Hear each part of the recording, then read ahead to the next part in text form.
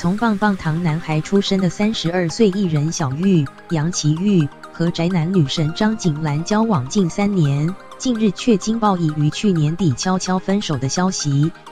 据悉，挥单后的小玉不断在私人脸书上发文抱怨自己是单身狗，看似对张景兰仍放不下。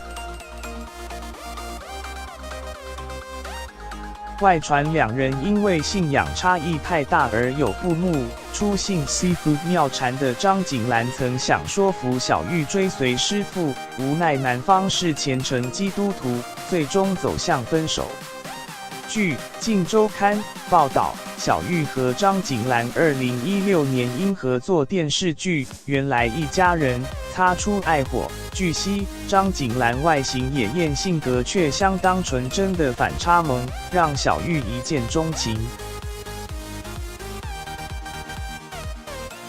不过，两人虽多次被媒体直击约会并一起返家，却始终没正式承认过恋情。直到去年9月初，张景兰发行写真书，害羞表示小玉不会干涉尺度，甚至松口不排斥闪婚。到9月中，小玉恭喜柯佳燕夫妇结婚时，还曾写下下次该我，备至好事近。岂料去年10月底传出两人感情生变，小玉在私人脸书发文写下该放下的好好放下，该忧伤的哭完就好，该离开的别再回头，不断求上帝帮助。上月小玉说自己没有对象，并称一个人的虽不习惯，但久了也慢慢找到的轨道。